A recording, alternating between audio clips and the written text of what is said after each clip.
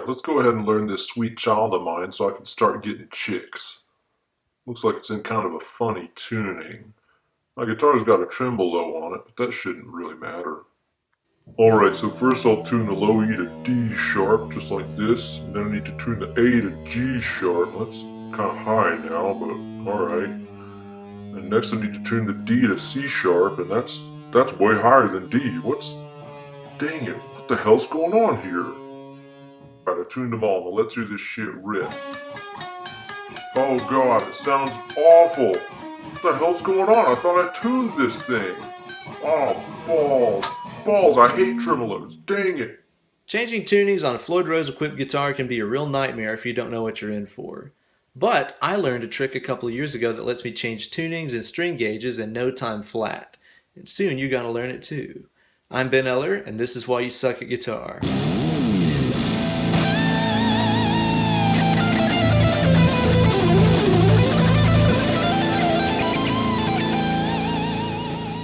Hello kids, and welcome to a brand new episode of This Is Why You Suck at Guitar, here with your good buddy, Uncle Ben. If you've ever owned a guitar with a Floyd Rose double locking style tremolo system, you'll know that it is every bit as irritating as it is awesome.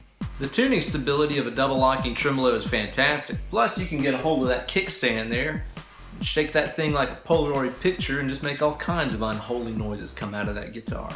But when it comes time to change tuning on your Floyd equipped guitar, it is every bit as brutal and frustrating as being locked in an elevator with Kanye West.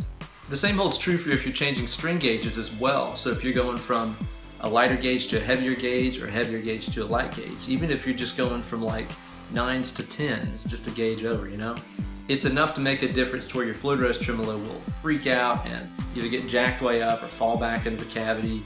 It'll be impossible to get in tune. It's just terrible. But lucky for you, I came across a trick a couple of years ago that I'm going to show you today that'll allow you to change tunings and string gauges on your Floyd equipped guitars in just a couple of minutes using just a few tools that you probably have laying around the house. Before we get into it, let's gather up the tools that we're going to need in order to perform this operation. Check these out. A screwdriver. It's more than just the drink that your stepmom has every night to help her forget about how disappointed in you she is. You're probably going to need a Phillips head screwdriver, one that can unscrew the back plate of the guitar, as well as one that can adjust those claw screws in the back. You know, these. You're going to need the Allen wrench that unlocks those locking nuts up at the top of the guitar. Most of them use a 3mm Allen wrench like this right here. A tuner. It doesn't matter which kind. I'll probably be using the one that's built into my Kemper Profiler.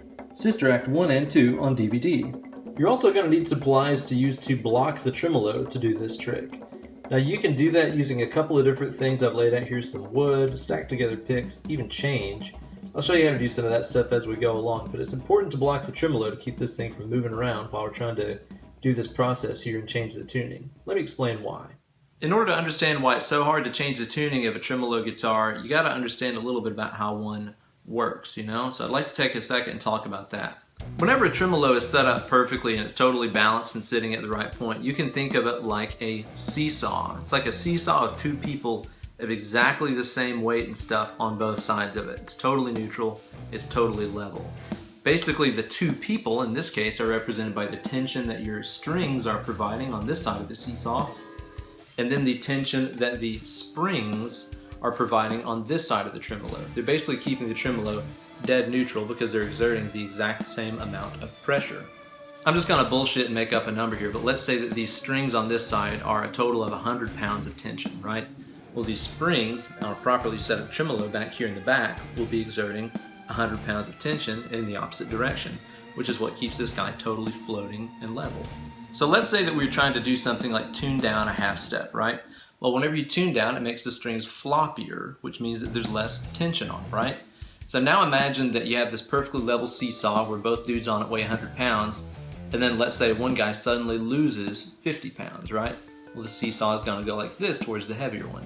That's exactly what happens with your tremolo.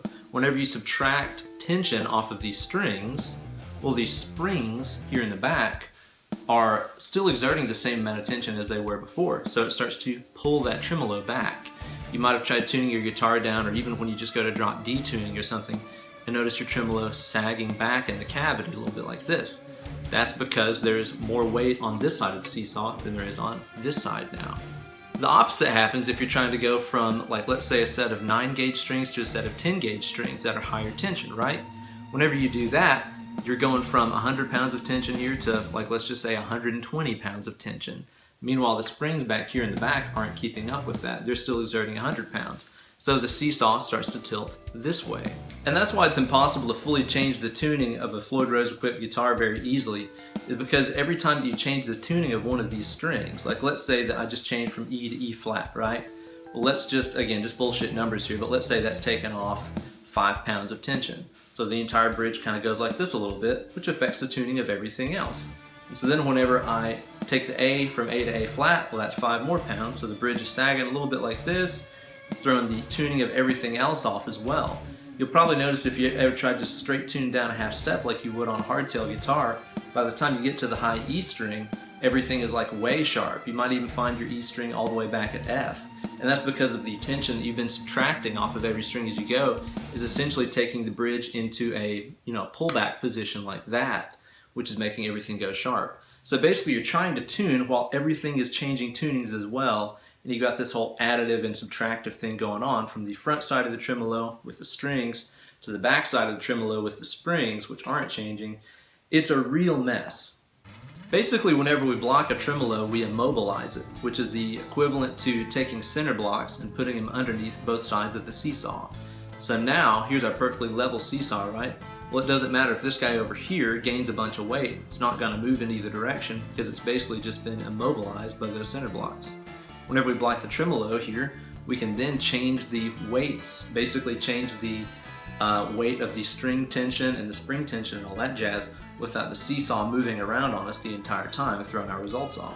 Basically, our process for changing tunings or changing string gauges is going to be like this. We're going to block the tremolo from one of two sides, depending on what we're doing, which I'll show you how to do. We then adjust our tuning to whatever it is that we're looking for, and then we get it to stay put with a really crazy trick that I'll show you at the end. So first things first, let's talk about blocking a tremolo and how you can do it to suit your needs. Due to the whole additive subtractive weight seesaw effect that happens with these strings over here and the springs in the back, whenever you're changing something on your tremolo, it can either pitch forward or fall back into the cavity. But it's very predictable, and if you understand what's happening, it makes it a lot easier to know which side of the bridge we need to block. Now here's a really critical thing about this whole process that you got to pay really close attention to get this to work. Regardless of which side of the tremolo it is that you're blocking, whether it be the bridge side or the neck side of the tremolo cavity here, you're going to want to keep the tremolo angle consistent and where you want it when the job is done. So in other words, if you just, mash a Sharpie or something back here, and it makes the entire bridge really pitch forward or something like that, that's how the bridge is going to look whenever you're done with this whole thing. So it's really important to find a block for your tremolo, again, regardless of which side, which will stop it but not mess up the angle very much. A Floyd Rose tremolo has to sit flush and parallel with the face of the body in order to operate correctly and stay in tune and stuff. So whenever you're choosing your block, you want one that fits snug, but not so snug that it pushes the tremolo in either direction, either sharp or flat. This lovely 1987 RG550 of mine here has the Ibanez Edge tremolo on it, which is my favorite tremolo unit ever. And this is the edge at its proper resting height. This is adjusted completely properly here. Now, you might be saying, no, it's not, because this is angled, right? Well, that's just the shape of the base plate on these Edge and Low Pro Edge tremolos. It's kind of funky. It's like wedge shaped. With this type of bridge, what you're looking for is, do you see that little rectangle right there? That's the little knife edge holder piece. That's what you're looking to really get flat and parallel with the face of the body. So in other words, if it was like this, that would not be parallel. If it was like this, that would not be parallel. It's like if you had it like this, yeah, sure, the top is parallel with the face of the body now, but you're not going by that. You're going off of this little knife edge dude right here. So that's what you're looking to get parallel with your Ibanez Edge or Low Pro Edge bridge. This is pretty much the only bridge that's like that, so let me show you how this would look on a regular Floyd Rose tremolo. This is my beautiful RST-070 Fallout guitar, which has a regular Floyd Rose tremolo on it. Now check this out and see how it looks when it's properly adjusted. So again, this regular Floyd Rose here has a totally flat base plate, and you can use that to see if you are parallel with the face of the guitar or not. Again, here's what it would look like if it was pitched to forward, Here's what it looked like if it was pitched too far backwards. And here it is at neutral, just sitting just where it should, totally parallel with the face of the guitar. Again, this is really important because whenever you're blocking your tremolo, which is the first step of this process, if the bridge is pitched forward like that, that's how it's going to be in the end. If it's mushed back like this, that's how it's going to be in the end.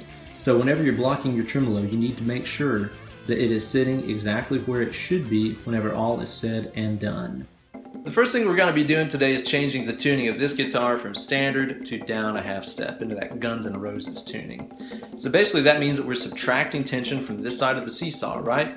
Which means the seesaw is going to fall backwards this way, which means that the entire tremolo system will fall that way, right? We need to prevent it from moving that way. So we're going to block the bridge on this side right here, not the big cavity on the back, this cavity, because that's where the tremolo is going to move, so we need to stop it.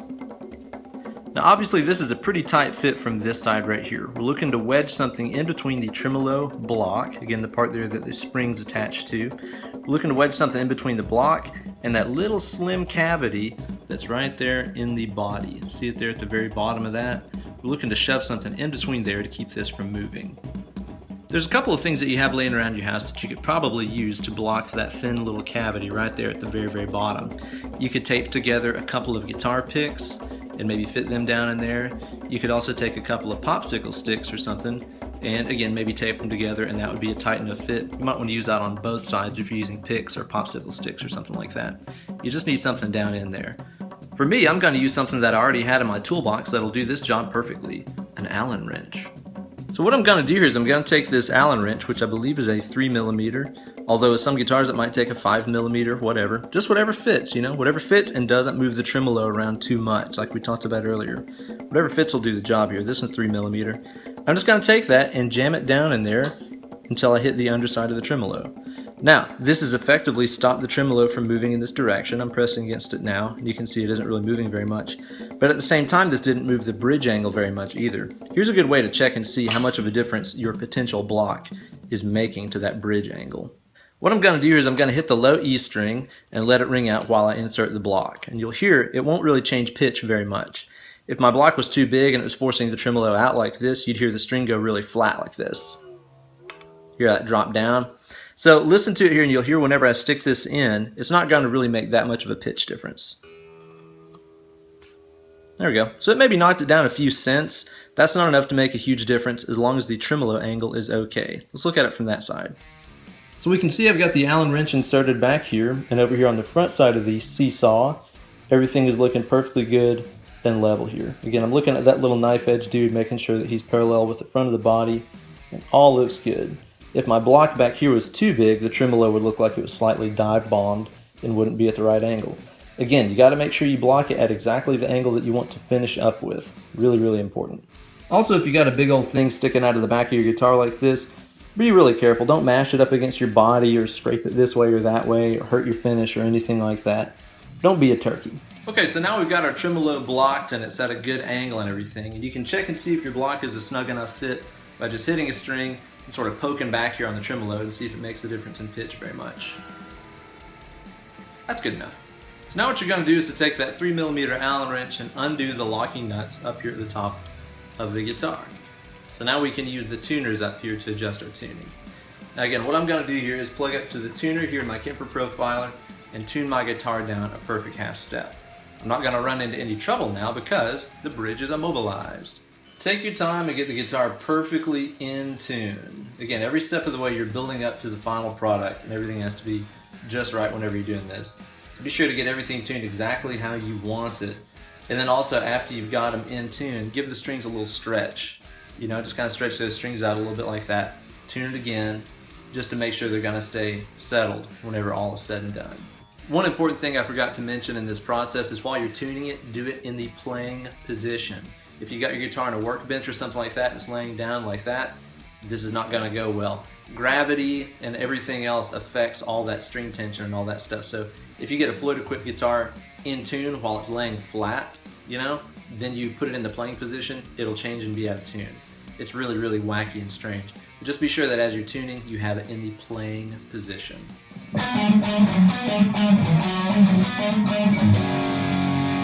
So now I've got my guitar perfectly tuned down a half step and I'm ready to proceed to the next part of the procedure. Lock these nuts back. Okay, so again, now using my 3mm Allen wrench, I'm going to re-lock the locking nuts. The really important thing about this, it does not have to be insanely tight. I mean, seriously, go until it offers a little bit of resistance and you're done. I see guys, elbow power and these things on there. It doesn't make it stay in tune any better, and what it usually ends up doing over time is it starts to dig that string into the nut, wears a groove in it, it won't stay in tune right and all this other stuff. I've had to replace so many nuts because of guys that are just Samson tightening these things up. So don't go really tight. Again, finger tight, that's really all that you need. Okay, so my guitar is tuned down a half step, my nut is locked, and I still have the block in the back of the guitar, and my tremolo angle is still totally the same. Nothing is moved because it's blocked. Okay, so now what I'm going to do is just yank this block out. There we go. Now we can see the tremolo has sunk back into the cavity a little bit. It's a little hard to see, and more importantly, it's mad out of tune. Oh shit, right? Not really. Here comes the really crazy part of this whole operation. Don't try to get the guitar in tune using the fine tuners or the machine heads up here. Tune it using the claw screws in the back.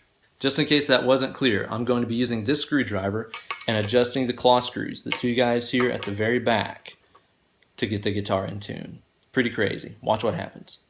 Now to demonstrate what I'm talking about here, let me explain by what I'm doing with these claw screws. You'll notice that as I tighten this screw up, it makes these springs tighter, in other words, adding weight to this side of the seesaw, and it'll make the pitch go up. It'll make it go sharp. So listen, I'm going to pluck the low E string and tighten this screw and listen for it to start going sharp.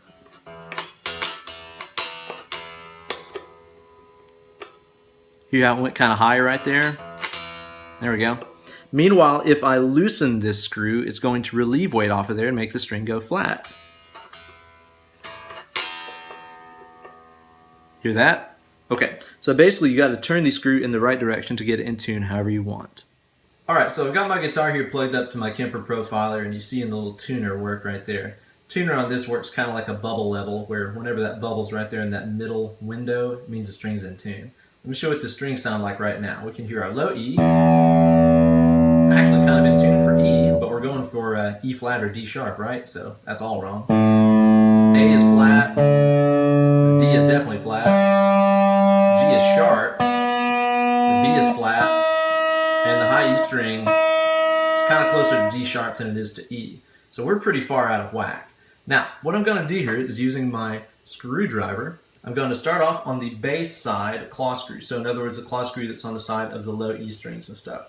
And watch what happens. So the string here was at about E, so it's definitely too high. So I'm going to loosen this and watch the effect it's going to have on the tuner. Again, I'm going to pluck the string here and start unscrewing that claw screw. See it going down? Okay, so I've started to make a difference in changing the pitch of that using the claw screw. This is what the claw looks like now after that adjustment that I did. You can see it's kind of diagonal, right? Ideally, you want this claw to be parallel with the cavity wall right here. So you're looking for a totally straight line, which this is not straight right now.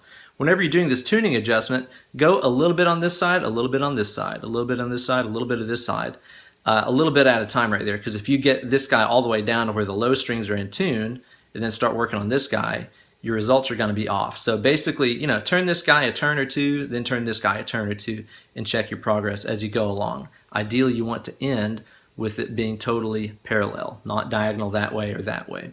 Okay, so what I'm going to do now is I'm going to start working on the treble side of the claw screw. And again, watch the difference that it makes. So I've got the guitar in the playing position. I'm going to hit the high E string and start letting out the tremolo screw from that side.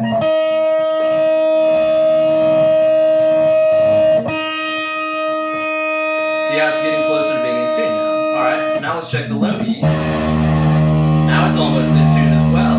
We can see it needs to come out just a little bit as well, so let's do that. A little too far, so I'll take her back. I'll go a little further on the treble side as well. Alright, so that's in tune. So now let's check the rest of these guys. The low E, the A, the D, the G, the B, and the high E. Basically perfectly in tune. It just needs a little teeny tiny bit of adjustment, which you can do with the fine tuners, and that's totally fine. And you can see I've ended up here with the claw basically parallel to the cavity when all is said and done. Everything's totally in tune. Bridge angle is totally correct, just like it was whenever we started. Pretty freaking amazing, right? But now that I've played through every Guns N' Roses song that I know, I'm ready to go back to regular standard tuning. So that means I'm going to be adding tension, right? I'm going to be making the strings over here heavier and tighter than they were before. This is the same procedure you'd follow if you were going from a lighter gauge of strings to a heavier gauge of strings, so 9s to 10s. Again, that's adding tension to this side of the tremolo. So this is the procedure that you'd use for that. So again, think seesaw. If I'm adding weight to this side of the seesaw, the whole thing is going to go this way, right? Into the dive bomb kind of position. Because these guys aren't picking up more weight. These guys are, and it's going to pull the whole bridge assembly this way. So basically what that means is you can see whenever the guitar goes into the dive bomb position, I'm just going to dive bomb the tremolo here, you can see how the block goes towards the bridge side of the cavity. So it goes this way, right? So what we need to do anytime that we're adding string weight is to block the tremolo from this side. Yeah, a lot of people like to cut a piece of wood to fit into this little teeny tiny cavity right there. So that involved taking this piece of quality mahogany and sawing it down and, sanding it and all that stuff until I had just the right fit. But I am just way too freaking lazy to do that. Let me show you the way that Uncle Ben here has been blocking tremolos since he was a little kid. All that you need is some change and some tape. That's it. I actually like doing this better than using a wood block because, well, coins are made out of metal, and metal is harder than wood. So this makes a more stable and more sturdy tremolo block than taking all that time and cutting out a piece of wood. Cool, huh? What I've got here is 5 American quarters that are just stacked up. And what I'm going to do is to use a piece of tape here and tape them together and see if that is tight enough to block this off. Again, we want it tight, but we don't want it so tight that it changes the bridge angle. So that's a great thing about using coins, is you can literally nickel and dime it until it's just the right fit for you. Dimes are especially useful since their diameter is so thin. So now I've got me a stack of coins all taped together. Let's see if this is a good fit. It's a little loose. Too easy to pull in and out like that, so I need to make this a little bit tighter. So what I'm going to do now is to take, let's take a couple of pennies and stack them up and tape them to this block, like this. Okay, so now let's try putting this back here and see if it changes the angle too much. That feels like that's a pretty good fit. Wasn't too hard to slide in or anything. And listen how it changes the pitch very little. You can hear it goes very slightly sharp, not really enough to mess with this whole process though. And again, double check it, make sure the bridge angle still looks good. And it does. So as long as your bridge angle is good, you're good to go for the next phase. So now I've got my block inserted into the back side of the guitar, and we can see here that it's no longer able to be dive bombed very much at all. Whenever I push down on the bar, you hear it changes a few cents, but not enough to make a huge difference. So my block is secure, and what I'm going to do now is, just like last time, undo the locking bolts up here at the top, just like that. Plug it into my tuner, and tune back up to standard tuning.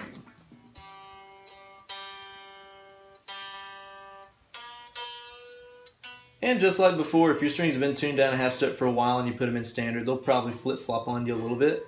So be sure to stretch them out really well, get them staying in tune before we lock those nuts back. So now that I've got the guitar back in standard tuning, and I've still got my block in place in the back, I'm going to re-tighten the locking nuts up here. Sometimes whenever you put those locking nuts on, it can knock the strings a little bit sharp if you put them down really hard, So be sure to check your tuning again before you proceed. So in that case, my low E was just a little sharp, so I allowed it out a little bit with the fine tuner back here. No big deal. And so now, pop the block out. You'll see the whole tremolo moved that way whenever I did that, which means it's in a very slight dive bomb position right now. Again, it's kind of hard to see, especially because of the design of that tremolo, but trust me, it's cocked forward just a little bit, and it is also mad out of tune. And what I'm going to do now is get the guitar back in tune using the claw screws. Now if I look at my tuner here, I'll see that the low E string is at D sharp, it's back down a half step, and the high E string is a little bit below standard E, so I've got a little bit of work to do here. I'm going to show it to you from this angle so you can see me working both of those screws consecutively as I watch the tuner and see what kind of a difference I'm making. So first I'm going to start off with the bass side and screw that in about 2 turns or so, watching the difference it makes on the tuner. And now I'm going to do the same thing on the high side. Again, we're looking to get this plate right here parallel with the cavity wall, not at a diagonal. So I've got to adjust both. And eventually, it'll end up in tune. Now I'll give it a little bit more on this side. And I'll give it a little more on this side. The high E string is getting pretty close to being in tune now. And the low E is as well. Just keep going a little bit there. High E is in tune. Low E is now in tune. And again, it might take a little bit more adjustment, but look at that. Perfect. I didn't adjust the tuning of anything off camera right there. It literally went from being as out of tune as you heard it just a second ago to being perfectly in tune just by tuning it up with the freaking claw screws. How cool is that? So what we've learned here in summary is that if I'm doing something that lowers string tension, such as tuning down or going to a lighter gauge of strings, I need to block the tremolo from this side at such a way that it doesn't mess with the bridge angle very much, just lightly stops the tremolo. I gotta block it from this side right here, and then I've got to undo those locking nuts, change the tuning, lock them back, pop the block out, retune using the claw screws. Meanwhile, if I'm doing something that adds string tension, like going to a higher tuning or going to a heavier gauge of string, that means I need to block the tremolo from this side, from the big side right here, to keep it from moving into the dive bomb position. So I need to block it from right here, undo the locking nuts, tune back up or whatever, put the locking nuts back in place, pop the block out, and retune it using the claw screws. Now there are a couple of things that I just have to mention lest I be a very irresponsible uncle about the consequences of changing tunings and string gauges and stuff. A lot of times changing your tuning or string gauge will mean that you also need to adjust your intonation, or else the guitar will sound out of tune all over the neck. Now you do that by adjusting the individual string length, by adjusting the intonation saddles and stuff back here on the bridge, which is another topic entirely that I'll cover in another video. Another thing I've got to address with you here is the truss rod in the neck, which is acting like another seesaw. That's acting between the tension of the truss rod and the tension of the strings, working to help keep the neck at neutral. So again, let's just bullshit numbers here. But let's say your set of 9s is 100 pounds, and let's say your truss rod is adjusted for 100 pounds of tension. Well, then you put on a set of 10s. Again, let's just say that raises the string weight to 150. Meanwhile, the neck is still at 100. The neck is going to start to get pulled this way, right? Opposite can happen if you're going from a heavy gauge of strings to a light gauge of strings. So strings are at 120, neck is at 120, then you make the strings go to 100, right? Meanwhile, the neck is still at 120 and it starts to pucker upwards like this. So sometimes whenever you do a dramatic change of string gauge or tuning, because again, tuning is adding a subtracting weight too, you may need to adjust the truss rod a little bit, which again is another episode in the making right there. But I'm just saying you might need to. Some necks are more sturdy than others. Some necks need a lot of adjustment, care, and attention. But I just thought I would bring that up because that's something that you might run into. And one last thing to worry about here is that you may need to think about adding another spring here in the back if you're doing something that involves a massive change in string tension. So if I was going from like 9s in standard tuning to let's say like 10s or 11s in standard tuning. Now again, I'm just totally bullshitting numbers here, but like let's say that a set of 10s is 150 pounds of string tension, right? And that these guys maxed out, these 3 springs here with their total maximum tension all the way screwed in, will only exert like let's say 120 pounds of tension or something like that. It's not quite enough to counterbalance the extra weight you've added onto the strings on here on the other side, right? In that case, you need to add another spring into the mix so that you can add more tension and equal out, so you have 150 back here and 150 over here. So there you go, guys, a sick trick to make changing tunings on your tremolo a hell of a lot less stressful and time consuming. Really, really cool. Thank you guys so much for watching. If you got any questions or anything like that, be sure to leave me them in the comments section and I'll try to get back to you as soon as I can. Please be sure to follow me on Instagram and Twitter at BenEllerGuitars. And also, if you're interested in booking some one-on-one Skype lessons with me, you can drop me an email, BenEllerGuitars@gmail.com. I'll hit you back and we'll talk about rates and times and all the other stuff you need to know. Thanks again for watching, good luck, and happy shredding.